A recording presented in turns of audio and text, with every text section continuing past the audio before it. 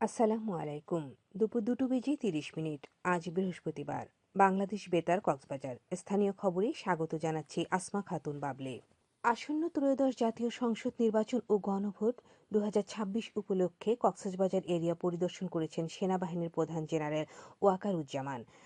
আজ সফরকালে সেনাবাহিনীর প্রধান বিয়াম ফাউন্ডেশন আঞ্চলিক কেন্দ্রীয় সম্মেলন কক্ষে ঊর্ধ্বতন পর্যায়ে সামরিক কর্মকর্তা, বিভিন্ন আইন শৃঙ্খলা রক্ষাকারী বাহিনী, অসামরিক প্রশাসন কর্মকর্তার সাথে মতবিনিময় করেন। আইএসপিআর জানান, মতবিনিময়কালে আসন্ন জাতীয় সংসদ নির্বাচন শান্তিপূর্ণ, নিরপেক্ষ ও সুষ্ঠুভাবে সম্পন্ন করার লক্ষ্যে আন্তঃপ্রাতিষ্ঠানিক সমন্বয় ও সামগ্রিক নিরাপত্তা ব্যবস্থা নিয়ে আলোচনা হয়। সেনাপ্রধান পেশাদারিত্ব, নিরপেক্ষতা, শৃঙ্খলা, ধৈর্য ও নাগরিক বান্ধব আচরণের মাধ্যমে দায়িত্ব পালনের উপর বিশেষ গুরুত্ব আরোপ করেন।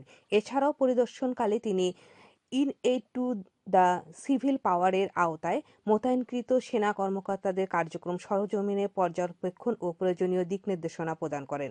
Cox's Bazar area পরিদর্শনকালে general office commanding army training and আসন্ন ত্রয়োদশ জাতীয় সংসদ নির্বাচন উপলক্ষে পদাতিক ডিভিশন প্রার্থীদের নির্বাচন প্রচারণায় পোস্টার ব্যবহার না করা সহ সেনাবাহিনীর সামরিক প্রতিপালনে প্রয়োজনীয় ব্যবস্থা গ্রহণের জন্য রিটার্নিং অফিসারের নির্দেশনা দিয়েছে নির্বাচন কমিশন। পাশাপাশি চট্টগ্রামের বিভাগীয় কমিশনার অসচিব মোহাম্মদ মনির হোসেন স্বাক্ষরিত আইন শৃঙ্খলা রক্ষাকারী বাহিনীর এই তথ্য জানানো হয়।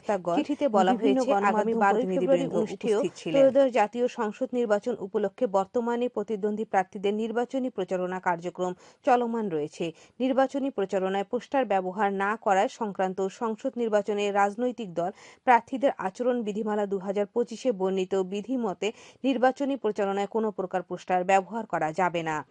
এ অবস্থায় সব ক্ষেত্রেই সংসদ নির্বাচনে রাজনৈতিক দল প্রার্থীদের আচরণ বিধিমালা 2025-এর বিধিসমূহ প্রতিপালন ও নির্বাচনী পোস্টার মুদ্রণ না করার জন্য প্রিন্স প্রেসকে নির্দেশনা প্রদান, প্রয়োজনীয় ব্যবস্থা গ্রহণের জন্য রিটার্নিং অফিসারদের নির্দেশক্রমে অনুরোধ করা হয়েছে। ঈদগাহে আদর্শ উচ্চ বিদ্যালয়ে নির্বাচনী দায়িত্ব পালনকৃত কর্মকর্তাদের প্রশিক্ষণ অনুষ্ঠিত হয়েছে। আজ সকালে ঈদগাহ আদর্শ উচ্চ বিদ্যালয়ে দিনব্যাপী এই প্রশিক্ষণ শুরু হয়। বাংলাদেশ নির্বাচন কমিশনের উদ্যোগে উপজেলা প্রশাসন ও উপজেলা নির্বাচন অফিসার এই আয়োজন করে। উপজেলা নির্বাহী কর্মকর্তা মীর কামরুজ্জামান কবির কর্মশালা পরিদর্শন করেন। এতে প্রিজাইডিং, সহকারী প্রিজাইডিং ও পোলিং অফিসার সহ 719 জন অংশ নিচ্ছেন। প্রশিক্ষণে উপজেলা নির্বাচন কর্মকর্তা বৃন্দ প্রশিক্ষণ প্রদান করেন। বাংলাদেশ বেসরকারি বিমান চলাচল কর্তৃপক্ষের উদ্যোগে কক্সবাজার বিমানবন্দরে গণশুনানি অনুষ্ঠিত হয়েছে। আজ বিমানবন্দরে ডিপার্চার লাউঞ্জে বিমানবন্দর ব্যবহারকারীদের নিকট থেকে সরাসরি মতামত, পরামর্শ, অভিযোগ গ্রহণের মাধ্যমে যাত্রী সেবার মান উন্নয়ন নিশ্চিত করা, সেবাদানকারী সংস্থাসমূহের কার্যক্রম স্বচ্ছতা, জবাবদিহিতা ও সমন্বয় জোরদার করার লক্ষ্যে এই গণশুনানি আয়োজন করা হয়।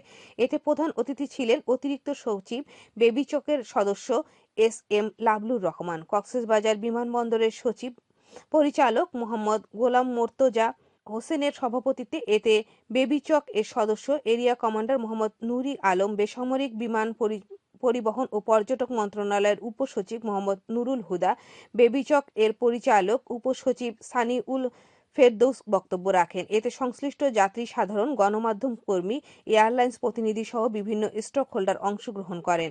গণশুনানিতে বিমানবন্দর ব্যবহারকারীদের সেবার মান উন্নয়নকে সর্বোচ্চ গুরুত্ব দিয়ে সমসাময়িক উপযোগী বিষয় নিয়ে আলোচনা করা হয়।